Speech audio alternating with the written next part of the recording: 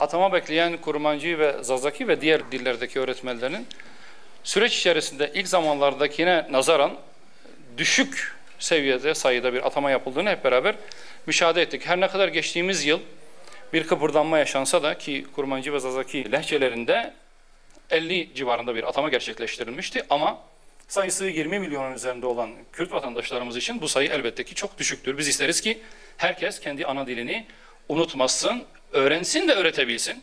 Bu bizim için bir zenginliktir.